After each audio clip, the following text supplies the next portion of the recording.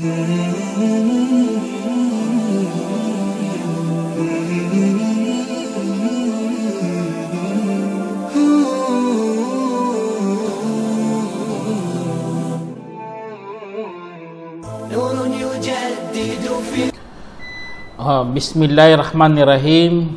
Assalatu wassalam ala asyrafil salin wa ala alihi wa ashabi ajma'in. Amma ba'd. Assalamualaikum warahmatullahi wabarakatuh.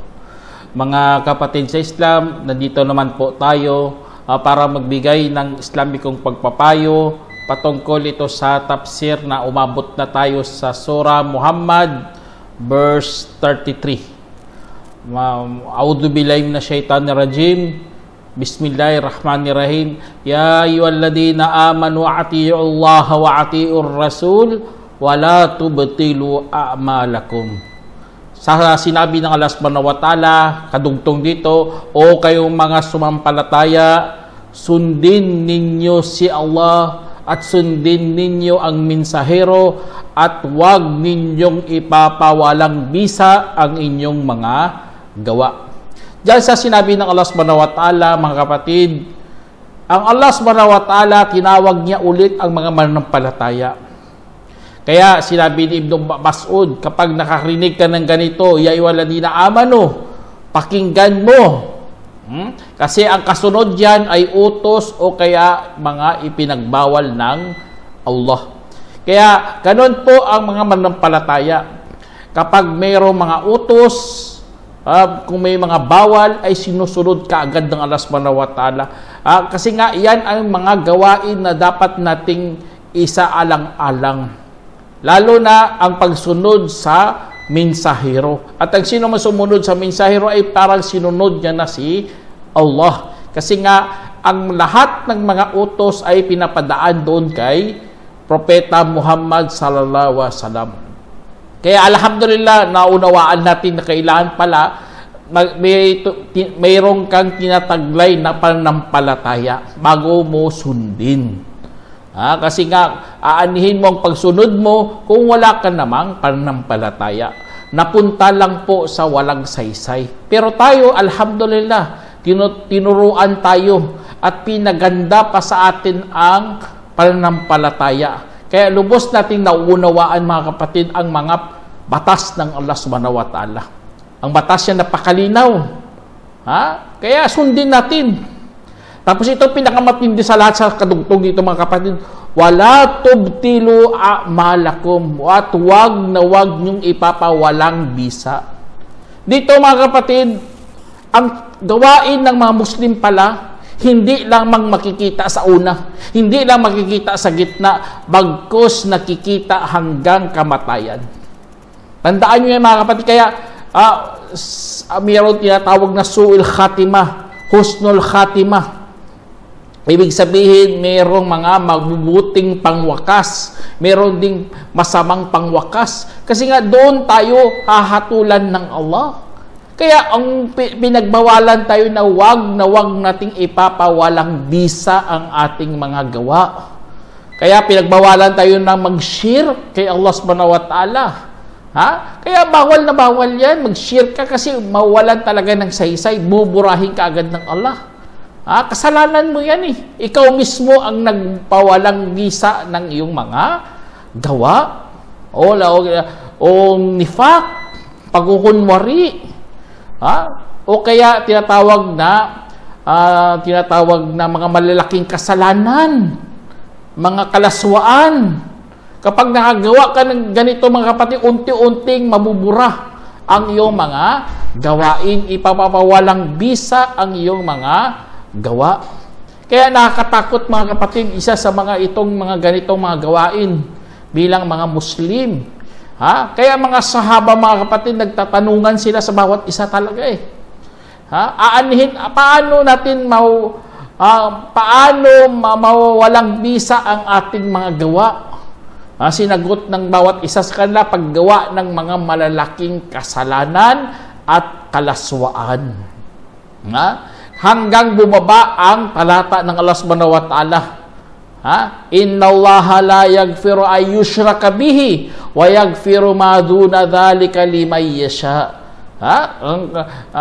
Sinabi ng Allah subhanahu wa ta'ala, katotohanan ang Allah ay hindi magpapatawad sa sino mang tumambal sa kanya ng anuman, at papatawarin niya bukod pa roon sa sino mang kanyang naisip. Kaya nagkaroon tayo ng idea, mga kapatid.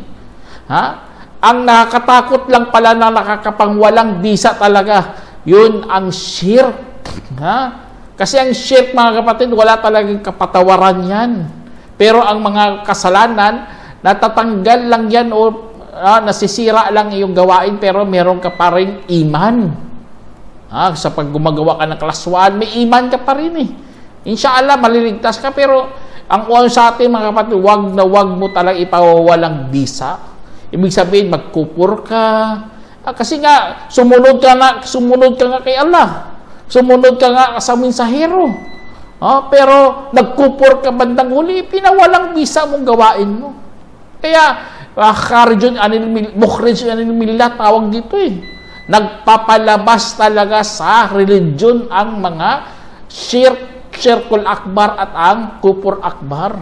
Kaya pinagbawalan tayo ng Allah subhanahu wa ta'ala na humantong sa mga ganitong mga gawain. Kaya dapat mga manampalataya, mga kapatid, wag na wag magiging katulad ng mga mapagtakwil. Katulad din kadugtong dito, innal ladina kafaru wa saddu an sabilillahi thumma matu wa hum kuffarun falayaghfirallahu lahum. Katulad ng sinabi ng Allah, katotohanan ang mga yaong tumakwil at humadlang hinggil sa landas ni Allah at pagkatapos namatay habang sila'y mga mapagtakwil, kung gayon ay hindi patatawarin ng Allah para sa kanila. Tingnan nyo, ito pala ang mga kapatid, ito ang hahantungan ng mga mapagtakwil. Nagtakwil ka na, tapos nang dadamay ka pa sa iba'y, nang inaharang mo pa ang landas ni Allah. Malupit na talaga eh. Kasi pati yung iba, dinadamay mo. Ikaw lang sana, pero hindi. Gusto niya mangdamay ng iba. Gusto niya sumunod ang iba sa kanya. Tinitigilan niyang iba sa pagsunod. Inahadlangan niya talaga. Kaya, ang papunta kay Allah subhanahu wa ta'ala, alam naman natin papunta kay Allah subhanahu wa ta'ala. Pero may mga tao talaga na ayaw niya sumunod ka doon. Haharangin ka talaga, parang Satanas na eh. Alam naman natin si Satanas. Si Satanas, mga iba, may jin at may mga tao. At ang nakakatakot, kapwa natin tao, mga kapatid. Kasi nga, nakikita natin, nakakausap natin, nakikinig natin, maririnig natin, o ano pa dyan. Basta tao talaga yun na nakakatakot, lalo na mga kuffar, mga kafir. Tapos ano ito pa, mga kapatid, ito. At pagkatapos namatay habang sila'y mga mapagtakwil. Tingnan nyo, ito palang nakakatakot kapag ikaw gumagawa ng pagtatakwil kay Allah subhanahu wa ta'ala, nakakalimot ka talaga hanggang maabutan ka ng iyong kamatayan. Kaya sa paggawa ng mga ganitong mga kasalanan, mga kapatid, dapat magbalik loob talaga kay Allah. Huwag nang hintayin ang kamatayan. Kasi nga, nakakalibang, nakakalingat,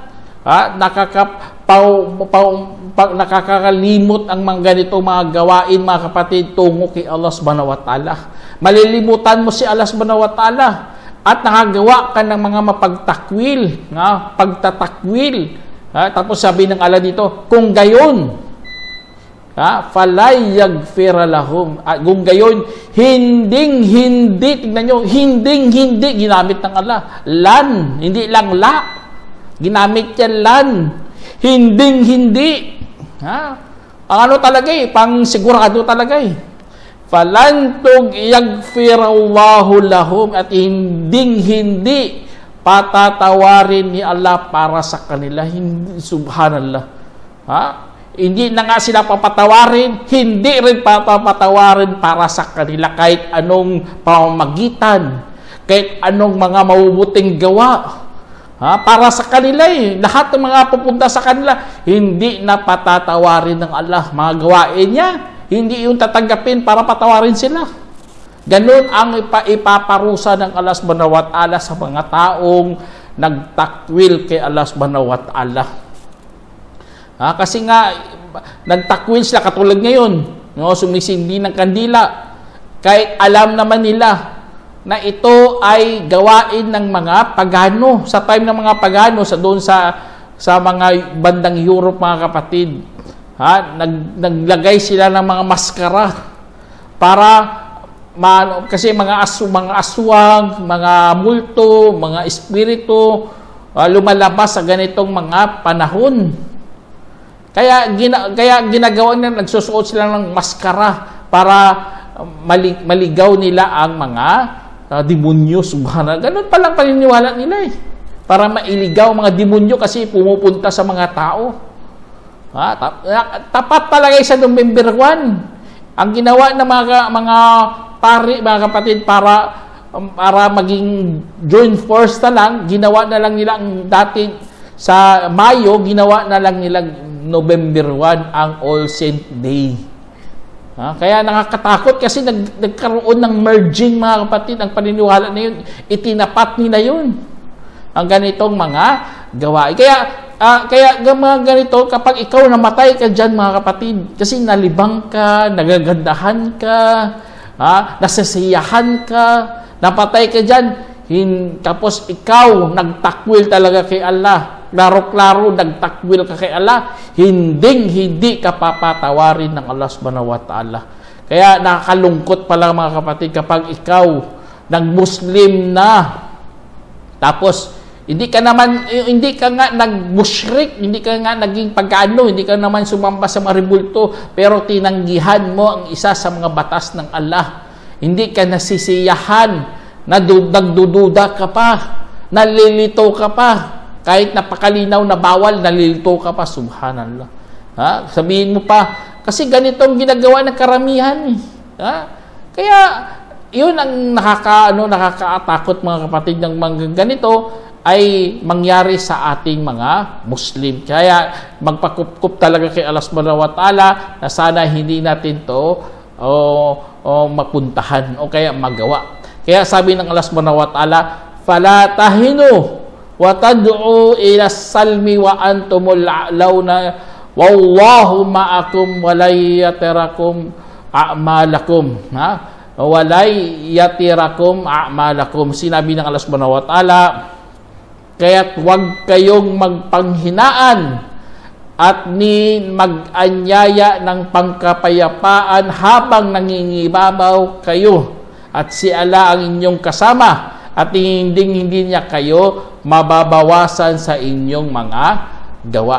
Diyan sa na yung batas ng Allah subhanahu wa ta'ala, kapag ang mga Muslim ay malakas sa kalupaan, sila po ang nangingibabaw.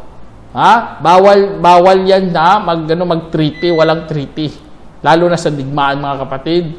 Bawal yung mag-treaty kapag kayo ang malakas. Pero kung mahina ang mga Muslim, yun, kailangan mag-treaty. Kasi nga, kawawa naman sila. Kaya yun ang isa sa mga nangyari kay Prophet Muhammad Salam sa time ng Hudaybiyah o ano pa dyan, ang digmaan na nakipag-treaty ang mahal natin Propeta Salam kasi nga hindi sila nangingibabaw. Sa time lang kasi yun ang digmaan. Pero alhamdulillah, peace ngayon. Hindi pa natin to kailangan. Pero sa mayroon talaga panahon kung saan tugma pa rin to ang talata na ito. Depende talaga sa alhamdulillah mga Muslim tayo. Tinuturuan talaga tayo na magiging mapayapa. Kaya sa Islam, kapag may digmaan, may kalaban, ibang usapan yun. Pero ngayon, alhamdulillah. Tapos sabi ng Allah subhanahu wa ta'ala dito, hindi niya, kasi nga Allah subhanahu wa ta'ala, si Allah ay inyong kasama. Sa word na yun, ito mga kapatid, ang Allah inyong kasama, huwag nating isipin na parang katulad lang natin makasama mo. Parang ano yun, isa sa mga peligro. O kaya nakakatakot, mga kapatid, kapag ang tao nagpalalim na sa batas ng Allah o kaya mga katangian ng Allah. Hindi pwede yun palaliman mo o kaya magbigay ka ng pawang opinion lamang. Bawal yun. Kung anong nabanggit, tanggapin natin. Kung kasama, wag mo nang itanggi, wag mo nang ilarawan, wag mo nang ihambing. Kasama, nabanggit talaga dito eh. At si Allah ang inyong kasama. Kaya may mga translation, may mga ano pa nga pangahulugan. Sabi kasama sa kaalaman. Kaya ito isa sa mga tafsir kasi ito eh. At hindi naman to nakakaano kasi Allah subhanahu wa ta'ala, dakila siya eh. Diba? Sa hadith, hawak niya ang lahat ng mga puso ng mga nilalang sa kanyang dalawang daliri. Kaya napakalapit ng Allah subhanahu wa ta'ala kung iisipin kasi dakila si Allah. Tayo napakaliit na mga nilalang. Ang mundo at ang langit nga eh. Kung ang trono, hinambing ang trono niya sa atin, sa kalupaan, inipon parang isang ring lang. Tingnan nyo, ganun kalawak ang trono ng Allah subhanahu wa ta'ala. Kaya napakaliit natin i-compare kay Allah subhanahu wa ta'ala. Kaya kahit kasama talaga tayo ng Allah kung iisipin mo talaga. Di ba? O katulad din ng buwan. Kahit saan ka magpunta, kasama mong buwan. Kasi ang buwan napakalaki kaysa sa'yo. Kaya gano'n na gano'n mga kapatid, mas safe tayo na wag mo na bigyan ng pangangahulugan. Ang kasama, kung sige, imamalik pa mga kapatid. Kung i-compare natin sa tinanong din siya, anong istiwa, ano ang pumaibabaw, sabi niya, ang istiwa ay ma'lum, Allah, batid, sabi niya. Pero kung paano, majhul, sabi niya, hindi alam, hindi tukoy. At ang paniniwala roon ay tungkulin natin. At ang sino man ang nagtanong rito ay bid'ah. Su'alu ano bid'ah. Magtanong dyan sa mga papaano, hindi yun kaaya-aya sa mga naniniwala. Kaya kung sasabihin natin kasama natin si Allah, huwag mong i-compare na katulad sa mga Christian na nilagay nila sa heart nila ang Diyos. God is in my heart. Subhanallah, pinaliit ng Diyos eh. Ginawa mo parang maliit, parang mikrobyo ng dating eh. Kaya audubillah. Kaya ang Diyos, sabi mo ang Diyos, kahit saan nandyan ang Diyos. Huwag mong gaganyan ang Diyos mga kapatid. Kasi dakila nga ang Diyos. Sabi ko nga kanina sa hadith, ang mga puso, lahat ng mga nilalang nasa dalawang taliri lang ng Allah. Ibig sabihin, napakadakila ng Allah. Kaya sa ating paniniwala mga kapatid, para safe tayo, wag mo na lang ipalaliman yan kung hindi natin matarok-tarok mga kapatid o kaya hindi natin mabatid-batid. Mas safe na lang na paniwalaan mo na lang kung nasabi dito ang Allah inyong kasama. Kaya wag mo lang ipasok sa heart mo, subhanallah, mali talaga yun.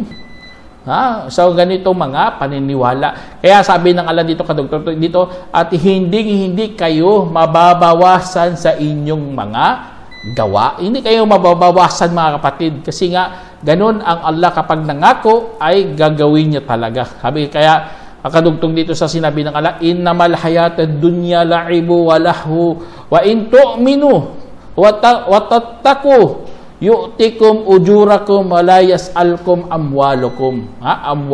Sinabi ng Allah subhanahu wa ta'ala, ang buhay sa mundo ay tanging laro at libangan lamang.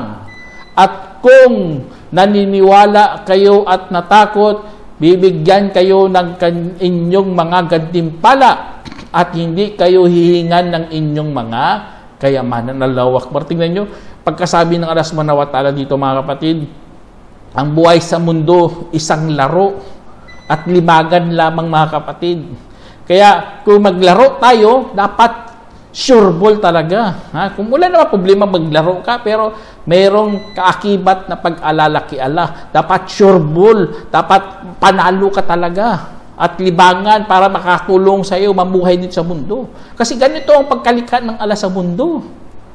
Kaya kung nalibang ka hanggang nalimutan mo na si Allah subhanahu wa ta'ala, tawag dyan fitnay. Ang fitna, ibig sabihin ng fitna, nalingat ka sa pag-alala kay Allah. Napunta ka sa pagiging pabaya. Yun ang fitna, tinutukoy dyan.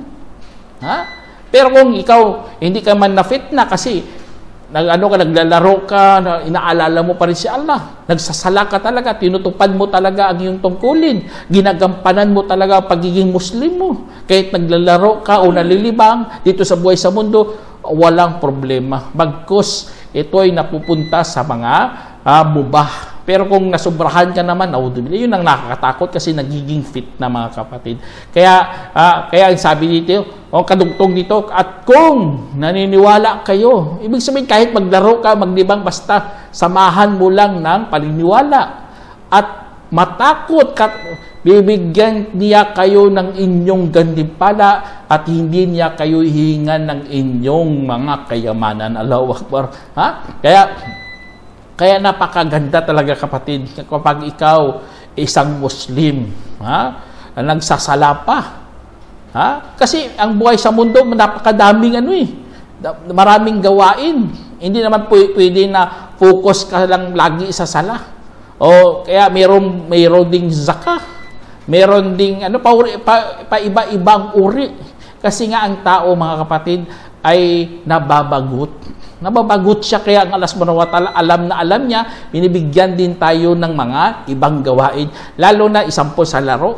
Binibigyan din tayo basta pagsamba lang. Kahit wala problema. O libangan lang basta tayo, huwag ka lang magpa-loko o kaya magpaakit sa mga satanas.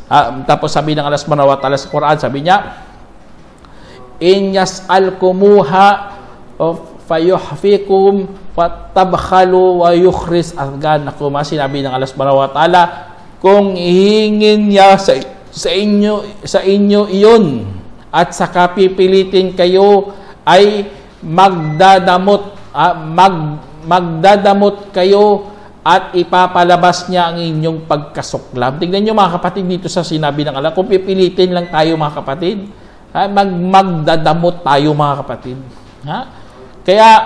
Kaya yun ang ng Allah subhanahu wa ta'ala, alam na alam niya palang tao.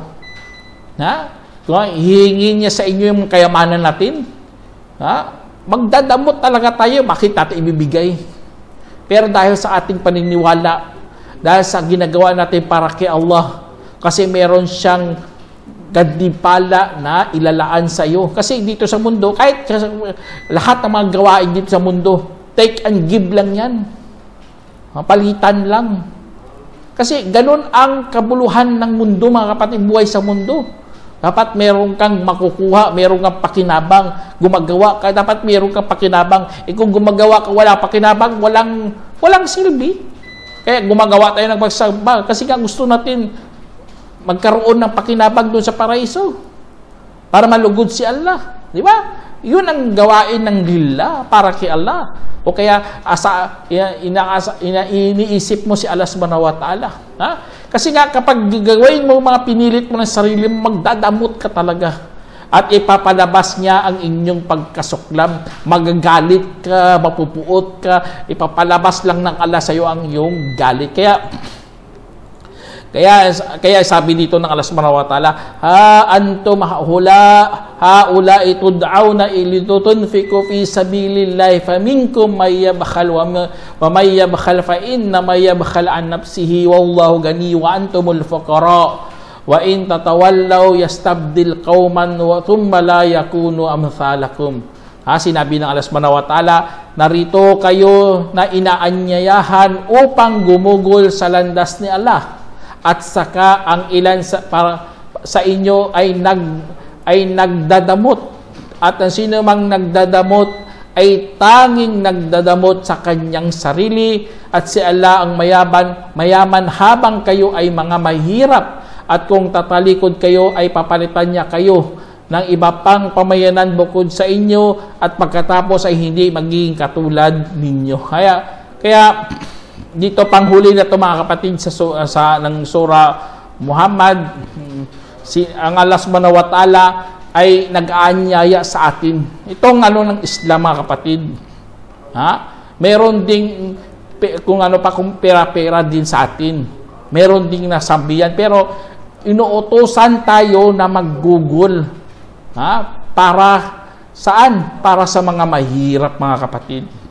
Kasi nga, nakakaawa ang ating ibang mga kapatid. Hindi yan binibigay sa mga hindi naman nangangailangan. Binibigay talaga yan sa mga nangangailangan kasi hindi nila kaya magbungkal, hindi nila kaya magnegosyo. Binibigyan talaga natin, parang ano yan parang bigay tulong talaga, purely. Para ang dahilan din mga kapatid para maligtas ka sa pagiging madamot. Allahu Akbar. Kasi nga dito sinabi ng Allah, ang ilan sa inyo ay nagdadamot. At ang sino man ang nagdadamot ay tanging nagdamot sa kanyang sarili. Itong tingnan nyo, nagdamot sa kanyang sarili. Ibig sabihin, ang sakit niya mga kapatid, na lumalako, tumataas, lumalaki. Yun ang nakakatakot kapag naging lumalaki na ang iyong sakit sa pagiging maramot mga kapatid. Nakakalimot ka na sa mga ano ng Allah Subhanahu wa Ta'ala. Mga tungkulin mo bilang Muslim. Kaya pinapaalalahan ulit tayo ng Allah ay si Allah ay ang mayaman at habang kayo ay mga mahihirap tayo. Tayo ay mga kapuspalad kung i-compare mo ang iyong yaman kay Allah. Kahit meron ka ng 200 million sa iyong bangko mga kapatid, o kaya kahit billion pa yan, kasali ka sa mga billionaire, mahirap pa rin tayo kay Allah. Kasi nga, bibigyan ka lang ng sakit, ubos ka agad pera mo. Tingnan nyo, ubusin mo pera mo dahil sa sakit. Ubusin mo kasi magkano doktor, magkano hospital. Kaya ang Allah Subhanahu wa Ta'ala mayaman siya. Oxygen lang nga kapag nawala, hindi ka na makahinga. Bibili ka na ng oxygen. Subhanallah. O kaya ang kidney mo hindi na gumagana. Magdialysis ka na, ubos talaga pera mo. Kaya ganun ang ano ng Allah Subhanahu wa Ta'ala. Yun, nagpapakita ang Allah ay mayaman at tayo mga dukha lamang kay Allah Subhanahu wa Ta'ala. Kaya ang Allah Subhanahu wa Ta'ala, binabantaan tayo at tinatakot kapag hindi kayo magbibigay, ay papalitan lamang kayo ng Allah Subhanahu wa Ta'ala ng ibang pamayanan. At pagkatapos ay hindi magiging katulad ninyo. Kaya kung hindi kayo kumilos, hindi tayo kumilos mga kapatid, merong kikilos para sa atin. At sila yun ang mamahalin ng Allah. Kaya dapat magunahan talaga tayo at magiging masipag sa paggawa ng mga ganito mga pagsamba. Huwag tayong laging nasa huli, nagiging tamad-tamaran, o ano pa dyan mga gawain na yan. Kasi nga, ikaw rin ang kawawa sa pagdating ng araw ng paghukom. Tingnan nyo dito, ang pagiging madamot yun, isa sa mga ano, kapag meron ka, magbigay ka. Kung wala ka, hindi ka magbigay. O kaya magsabi ka na ng sorry. Wala akong, kaysa manglait ka dyan. Kaysa ihamakin mong tao na yan. Kaya mas mainam, yun na lang. Sabihin mo kung wala ka, sorry Brad, walang-wala talaga ako. O kaya kapus din ako, o ano pa dyan. Sana meron kayong napulutang aral mga kapatid. Hanggang dito na lang. Assalamualaikum warahmatullahi wabarakatuh. جمعية الدعوة نور، الدعوة للجميع.